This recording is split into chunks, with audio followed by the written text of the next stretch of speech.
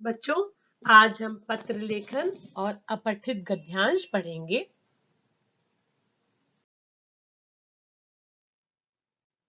पत्र लेखन, जैसा कि हम सब जानते हैं, पत्र लेखन बहुत अच्छा माध्यम है हमारे विचारों को अभिव्यक्त करने के लिए। और पत्र लेखन संदेश पहुंचाने का सबसे सस्ता और उत्तम साधन भी है, लेकिन इसे लिखने का एक खास तरीका होता है। मैं जानती हूँ कि आज के समय में, जो कि आज समय बदल गया है, आज सब ईमेल और व्हाट्सएप और दूसरे माध्यमों से अपना संदेश एक दूसरे को पहुंचाते हैं, लेकिन जो पत्र है इनका अपना ही अलग महत्व है और बहुत अच्छा साधन है ये हमारी बात को अभिव्यक्त करने का।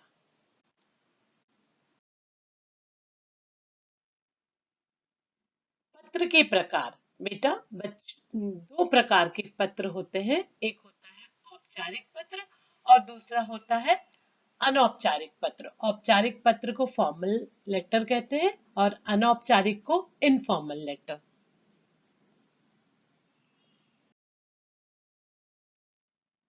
सरकारी कार्यालयों में और प्रधानाचार्य को जब हम कोई एप्लीकेशन लिखते हैं, आवेदन लिख करते हैं, संपादक और अन्य अधिकारियों को जो हम पत्र भेजते हैं, वो पत्र औपचारिक पत्र कहलाते हैं।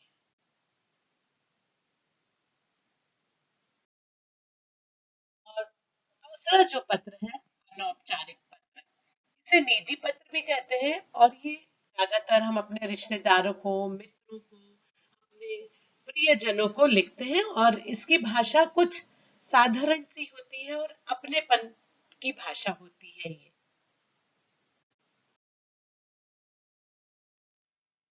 लिखने के तीन प्रमुख अंग होते हैं। जब हम लेटर लिखते हैं, पत्र लिखते हैं, तो उनको हमने तीन भागों में बांटा है। सबसे पहले तो हम पत्र का प्रारंभ कैसे करते हैं, दूसरा उसकी विषय सामग्री क्या है, और तीसरा जो हम लास्ट में उसको एंड करते हैं, समापन।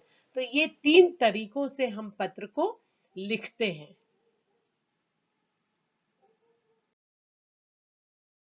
आप देख रहे हैं, औपचारिक पत्र का एक नमूना आप यहाँ पे देख रहे हैं। सबसे पहले आपने देखा, ऊपर लिखा सेवा में, और जिस तरीके से आप इसमें देख रहे हैं उसी तरीके से आपको पत्र लिखना है। कार्यालय का के प्रमुख का नाम, उसका पद, उसकी पोस्ट क्या है, सबसे ऊपर सेवा में हम लिखेंगे। जो भी कार्यालय अधिकारी है उसका नाम, उसका पोस्ट लिखेंगे। फिर उसके बाद कार्यालय का नाम देख रहे हैं आप, ये नीचे कार्यालय का जो नाम दिया है, विभाग का नाम और उसका एड्रेस, ये लिखेंगे ऊपर की लाइनों में।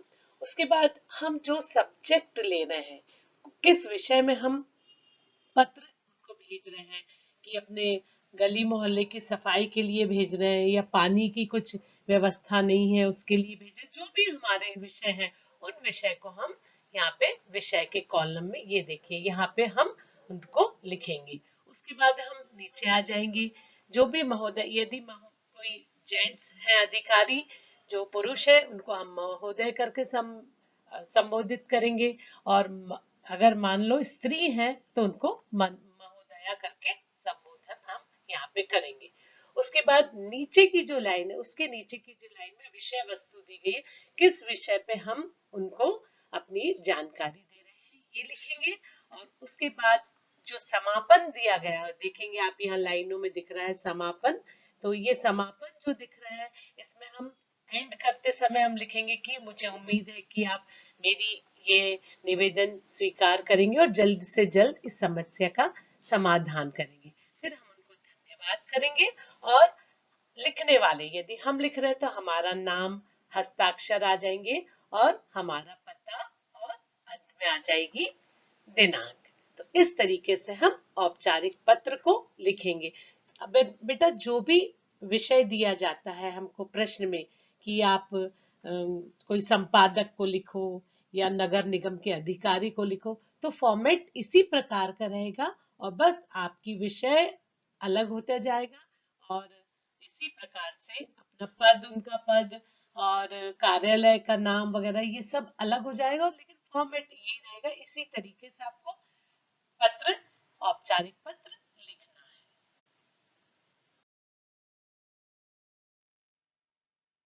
ये भी बहुत सरल, जैसे ज्यादातर आप स्टूडेंट जो बच्चे रहते हैं वो प्रार्थना पत्र लिखते हैं। यहाँ पे जो लिखा गया है 3 दिन की छुट्टी के लिए भी आता है पत्र लिखने के, एप्लीकेशन लिखो, तो यहाँ पे हम लिखेंगे सेवा में। उसके बाद प्राचार्य, जो अगर मान लो प्राचार्य यदि जेंट्स है तो प्राचार्य महोदय, नहीं तो प्राचार्या महोदय। फिर अपनी शाला का नाम देंगे। फिर विषय, किस विषय के लिए, अगर मान लो आपको ऐसा लग रहा है कि बीमारी के कारण आपको 3 दिन की छुट्टी चाहिए, या यदि आपको ये लिखना है कि हमारी टीसी चाहिए, हमारे पिताजी का ट्रांसफर हो गया, स्थानांतरण हो गया, हमको टीसी चाहिए, तो यहाँ पे विषय में हम वो विषय डाल देंगे कि किस पर्पज से हम ये आवेदन पत्र दे रहे हैं। उसके बाद सब्जेक्ट लिखेंगे कि किस कारण से, यदि बुखार है, जो भी है आपको कारण बताते हुए, उसके बाद किस डेट से किस डेट तक आप छुट्टी ले रहे हैं, यहाँ पे वो लिखेंगे। और धन्यवाद देने के बाद आपको यहाँ पे एंड में समापन करना है। आपकी आज्ञाकारी शिष्या, आपका नाम, कक्षा का नाम और दिनांक। इसके बाद हम आ जाएंगे अनौपचारिक पत्र। अनौपचारिक पत्र ज्यादातर हम लोग अपने सगे संबंधियों को, मित्रों को और प्रियजनों को हम लिखते हैं, और इसमें साधारण अपनी भाषा में ही हम, बोलचाल की भाषा में ये पत्र लिखते हैं। तो प्रेषक का नाम सबसे ऊपर आप देख रहे हैं, प्रेषक का नाम एवं पता। प्रेषक मतलब अपना नाम, यदि हम लिख रहे हैं तो ये यहाँ पे हमारा नाम आएगा। उसके बाद डेट आ जाएगी। फिर उसके बाद संबोधन, जैसे आप संबोधन कैसे कर रहे हैं, यदि आदरणीय चाचा जी, मामा जी, या मेरी प्रिय सहेली, है ना, फिर उसको अभिवादन कर रहे हैं, सादर नमस्ते, या आपको प्यार, ऐसा जो भी आप लिख रहे हैं वो यहाँ पे यथा योग्य अभिवादन में। फिर आप अपने कुशल क्षेम ज्ञापन, मतलब अपन बताएंगे कि हम यहाँ पे सब कुछ, हमारे यहाँ सब कुछ ठीक चल रहा है, आप लोग वहाँ पे कैसे हो, ऐसे करके। फिर नीचे जो मुख्य विषय वस्तु आई है, यहाँ पे आप कारण बताएंगे कि मेरे पत्र लिखने का खास कारण क्या है। क्या कारण बता सकते हैं कि अभी मेरे एग्जाम शुरू होने वाले हैं, या आप बता सकते हैं कि गर्मी में अभी हम लोग यहाँ घूमने जाने वाले हैं, आपको भी चलना, जो भी आप बात आप लिखना चाहेंगे यहाँ पे लिखेंगे। और उसके बाद लास्ट में आप एंड करेंगे समापन में कि अब मैं पत्र बंद करती हूँ, और मुझे उम्मीद है जो भी आपकी, अब मेरे पत्र का जवाब आप देंगे, और आप यहाँ पे संबंध का उल्लेख करेंगे कि आपकी भांजी, या आपकी बेटी, या आपकी सहेली, है ना, और अपना नाम लिखेंगे। इस प्रकार आपको अनौपचारिक पत्र इस फॉर्मेट में लिखना है।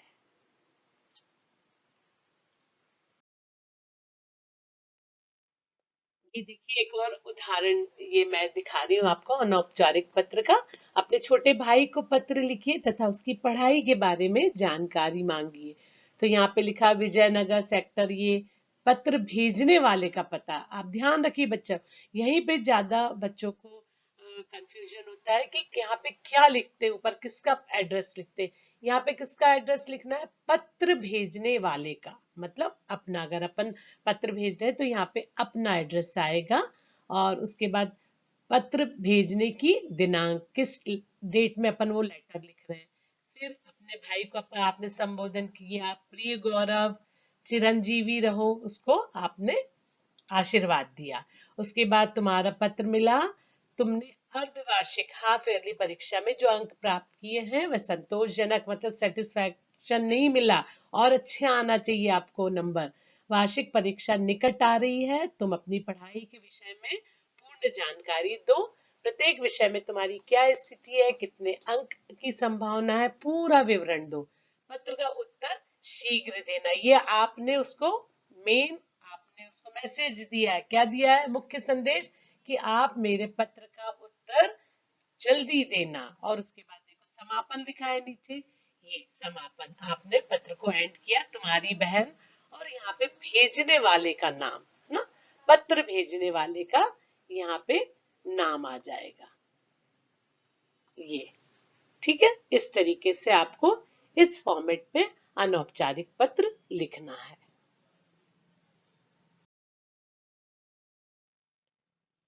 अपठित गद्यांश, अब अपठित गद्यांश का अर्थ आप लोग को तो वैसे अच्छे से मालूम होगा। ऐसा गद्यांश जिसको हमने कभी पढ़ा नहीं, जैसा कि आप ये परिभाषा में देख रहे हैं बेटा। अपठित का शाब्दिक अर्थ है जो कभी पढ़ा नहीं गया, जो पाठ्यक्रम से जुड़ा नहीं है, मतलब आपकी कोई लेसन में भी नहीं आया है ये पाठ, ऐसा गद्यांश है ये, और अचानक ही हमें पढ़ने के लिए दिया गया है। अपठित गद्यांश में गद्यांश से संबंधित विभिन्न प्रश्नों के उत्तर एवं शीर्षक देने के लिए कहा जाता है। शीर्षक मीन्स उसका आपको टाइटल देना है ना। जो भी प्रश्न देते पहले आपको गद्यांश दिया जाता है, उसके नीचे आपको उसके प्रश्न और शीर्षक देने के लिए कहा जाता है। इस प्रकार हम अपठित गद्यांश को करते हैं।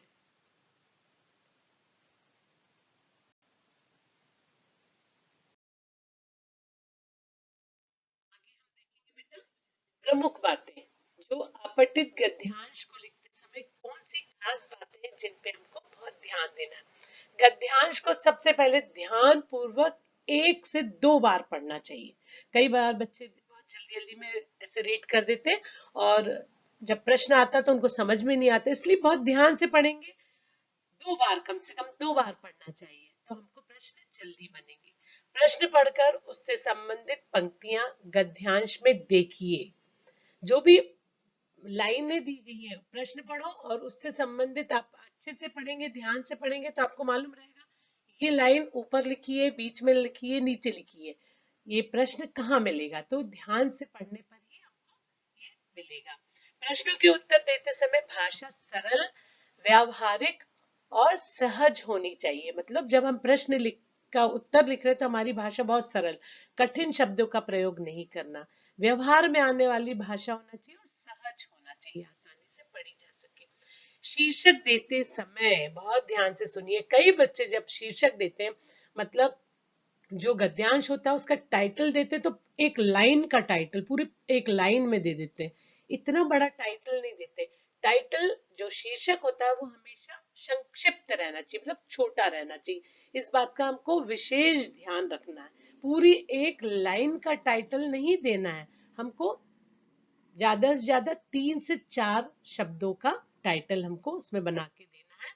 और शीर्षक गद्यांश के मुख्य भाव पर आधारित होना चाहिए।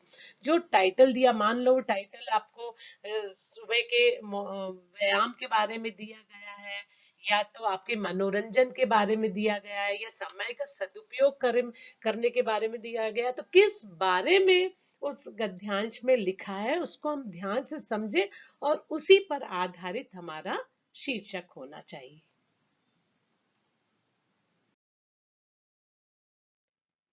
एक उदाहरण देखिए जिस प्रकार के ये गद्यांश लिखा गया है, कि निम्नलिखित गद्यांश को ध्यान पूर्वक पढ़ते हुए पूछे गए प्रश्नों के उत्तर पूर्ण वाक्य में लिखिए। ये प्रश्न है और ये गद्यांश है और इसके प्रश्न दिए गए हैं। इसको कम से कम 2 बार पढ़ना है, और 2 बार पढ़ने के बाद आप उसको प्रश्न को हल करेंगे तो आपको जल्दी से समझ में आएगा। ये सिर्फ मैंने एक एग्जाम्पल के लिए दिया है। थैंक यू बच्चों, मुझे उम्मीद है आपको ये बहुत अच्छे से समझ में आ गया होगा पत्र और गद्यांश हमको किस प्रकार लिखना है, क्या बातों का ध्यान रखना है। गॉड